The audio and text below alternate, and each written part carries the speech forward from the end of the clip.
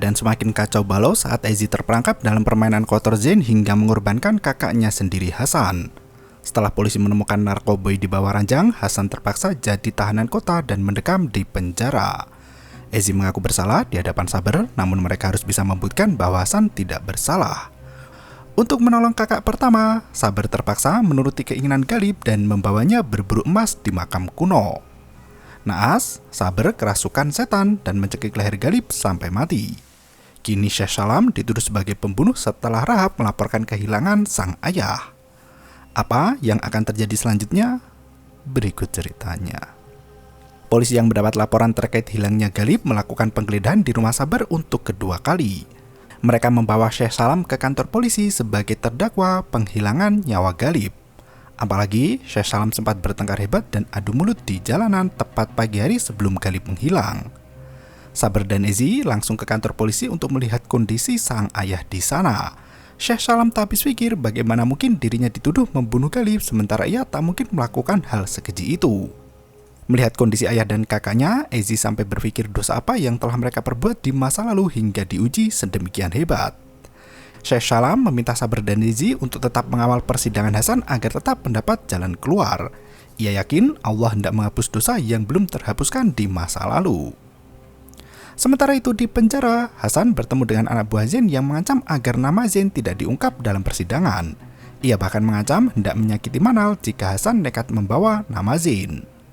Hasan sama sekali tak takut dengan ancaman itu dan menegaskan jika kebenaran harus ditegakkan. Perdebatan sengit antara tahanan membuat kondisi semakin ricuh hingga anak buah Zain menusuk perut Hasan menggunakan pisau tajam. Sontak, pria itu terjatuh lemas dengan kondisi perut terluka dalam.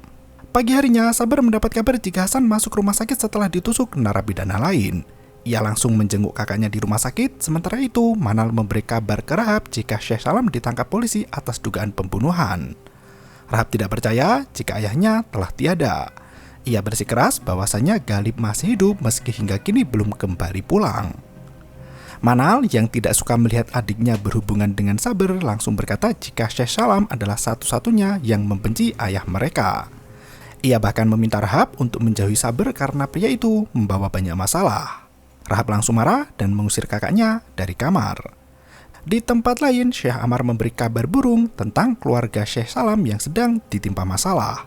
Ia berusaha mempengaruhi warga bahwa Syekh Salam dan Saber Al-Madah bukan orang baik seperti yang terlihat.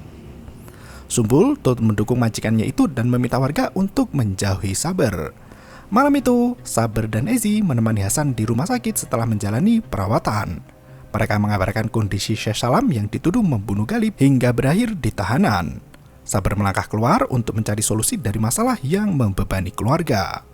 Ia menelpon wartawan Amir dan meminta pria itu untuk datang ke rumah sakit. Amir langsung sampai di depan Saber hanya dalam hitungan menit. Saber meminta bantuan Amir untuk mencari pengacara ternama agar keluarganya bisa terbebas dari segala tuduhan. Amir membawa Saber untuk bertemu dengan pengacara terkenal yang bisa menyelesaikan kasus Hasan dan Syekh Salam. Amir berkata jika Saber harus bertemu dengan pejabat kota bernama Samir Abu Al-Mak agar bisa dibantu perihal biaya. Saber menolak saran dari Amir dan bersikeras untuk menghubungi pengacara itu sendiri. Amir berjanji akan memberi nomornya nanti malam. Di Masjid Sumbul, sang ahli nujum Amar masih menyebarkan kabar buruk terkait kasus pembunuhan Galib.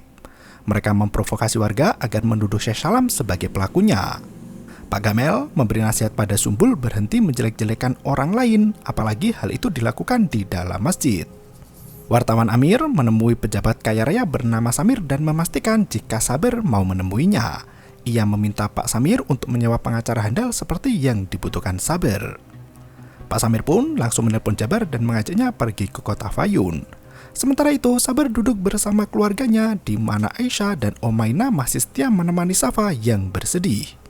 Saber menjelaskan jika ia akan segera membawa pengacara handal untuk membebaskan Hasan dan Syekh Salam. Namun, mereka membutuhkan uang banyak untuk membayar pengacara itu.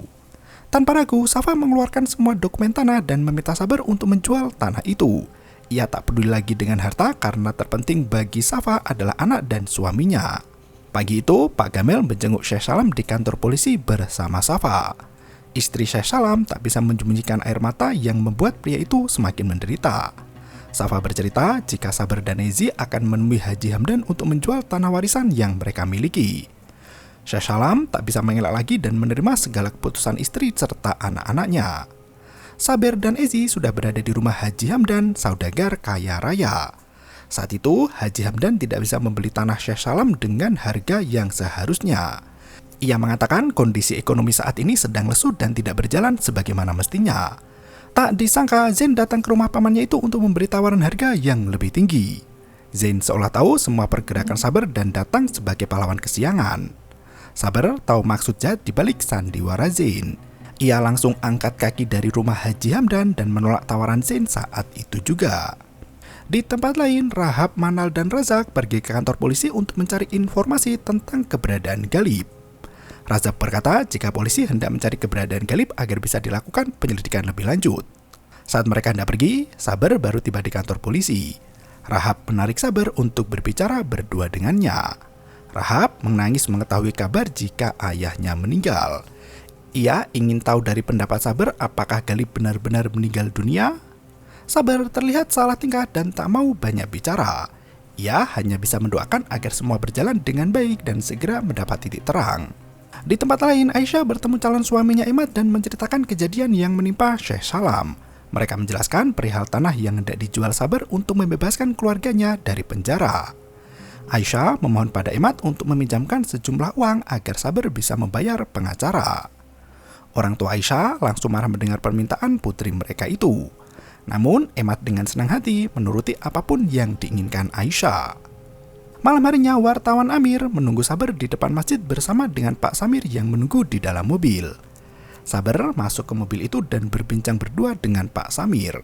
Pada intinya, Pak Samir mau memberi bantuan dengan membiayai semua proses persidangan termasuk membayar pengacara mahal. Ia memiliki banyak rekanan orang penting yang levelnya di atas awan.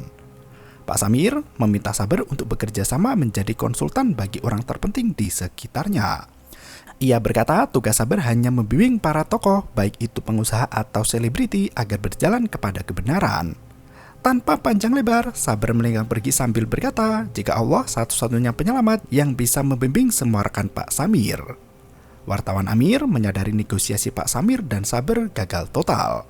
Ia pun langsung mengejar Sabar untuk membujuk pria itu agar mau menegaskan selama bekerja dengan Pak Samir, tugas Sabar tak lain hanya mendoakan kebaikan mereka saja.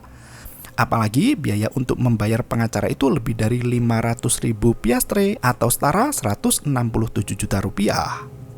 Sabar terdiam mendengar bayaran sewa pengacara yang sangat mahal. Apalagi ia harus membayar 2 kasus sekaligus untuk Hasan dan Syekh Salam. Di tempat lain, Zain menemui Rahab di rumahnya untuk menawarkan bantuan. Ia berjanji akan menemukan Galib dengan segera. Manal justru cemberut melihat adiknya banyak disukai pria, sedangkan dirinya tak ada yang datang untuk melamar.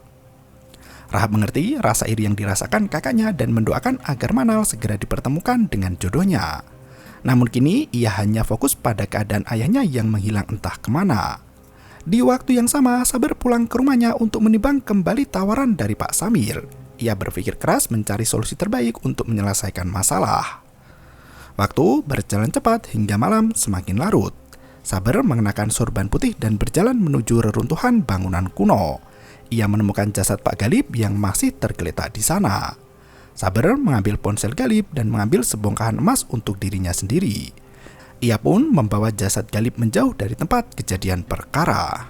Pagi harinya, Sabar baru kembali ke rumah di mana pikirannya semakin kalut tak karuan. Ia menangis sejadinya, merasa sudah melakukan hal bodoh yang merugikan keluarga. Setelah jenazah Galib dipindahkan keluar dari reruntuhan bangunan kuno, Zain bersama petugas kepolisian langsung menemukannya.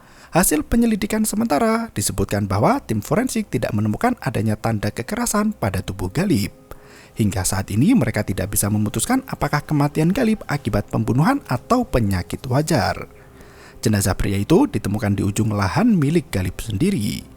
Muncul spekulasi jika Galib terserang penyakit jantung saat berkeliling memeriksa kondisi tanah.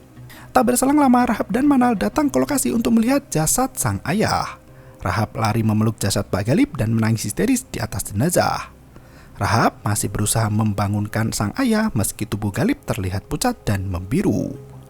Petugas medis membawa jasad Galib ke dalam mobil ambulan dan meninggalkan Rahab yang jatuh pingsan. Setelah mendengar kabar kematian Galib, Ezi mengabarkan hal itu pada Safa di mana jasad Galib ditemukan di ujung timur tanahnya sendiri. Safa langsung masuk ke dalam kamar Saber dan mengabarkan semuanya. Saber langsung pergi keluar rumah hingga membuat Safa dan Ezi kebingungan melihat tingkahnya yang gusar.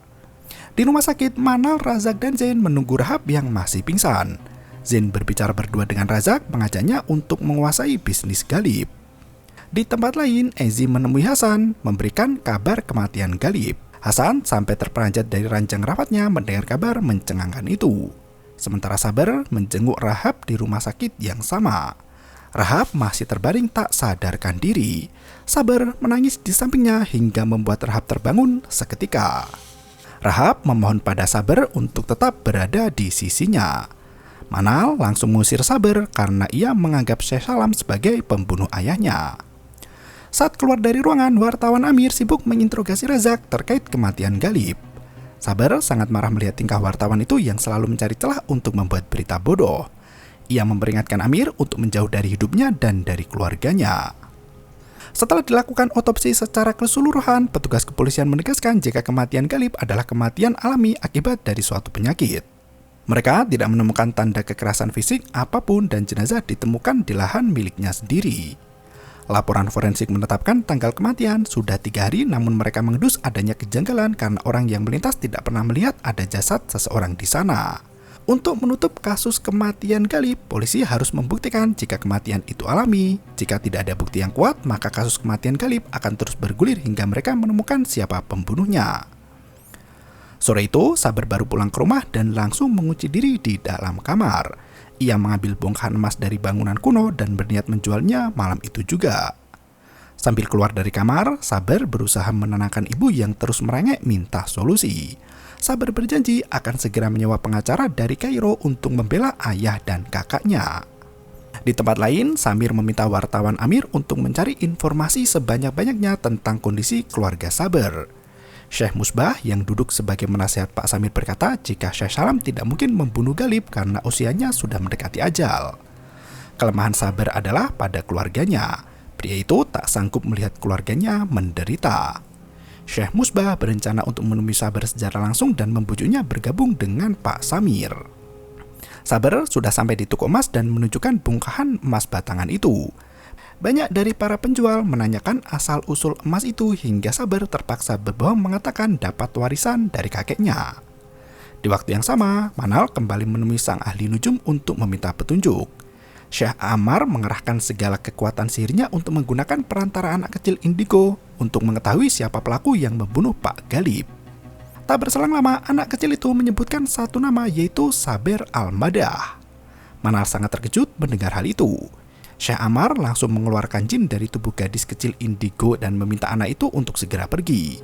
Ibu dari anak Indigo itu meminta bayaran 200 piastre karena Syekh Ammar terus-terusan memanfaatkan tubuhnya untuk dirasuki jin. Di tempat lain, Saber menghubungi wartawan Amir untuk menjual emas batangan dengan harga yang setimpal. Amir kembali berkata jika Samir bisa menjual bahkan membeli emas Saber dengan nilai tertinggi. Ia memaksa Saber untuk ikut dengannya bertemu dengan Samir esok hari. Sepulang dari ahli nujum, Manal berusaha mempengaruhi Rahab jika ayah mereka dibunuh oleh Saber. Mengetahui kakaknya datang ke orang pintar membuat Rahab sangat marah padanya. Apalagi orang pintar itu menuduh Saber sebagai pelaku pembunuhan sang ayah. Razak berbicara pada Zain jika tanah Pak Galib terkenal banyak hantunya.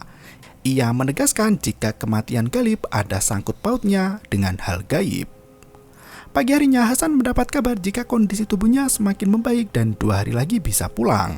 Suster Sama yang menyiapkan makanan untuk Hasan meneteskan cairan aneh dari botol.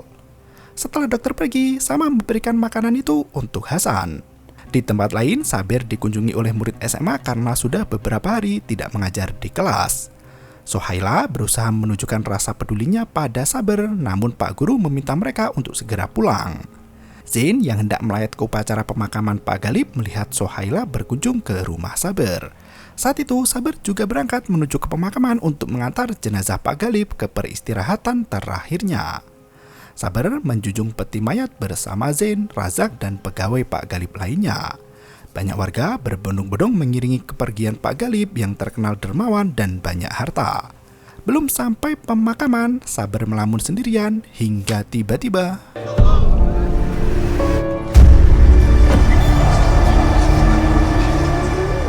film pun bersambung.